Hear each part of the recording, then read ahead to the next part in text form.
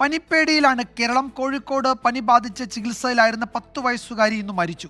ഹോട്ട്സ്പോട്ടുകൾ കേന്ദ്രീകരിച്ച് പ്രതിരോധ പ്രവർത്തനങ്ങൾ തുടരുമെന്ന് ആരോഗ്യ വകുപ്പ് അറിയിച്ചു. അമീബിക് മസ്തിഷ്ക ജ്വരം സ്ഥിരീകരിച്ച കണ്ണൂർ സ്വദേശിയായ 3 വയസ്സുകാരന് ചികിത്സ തുടങ്ങി.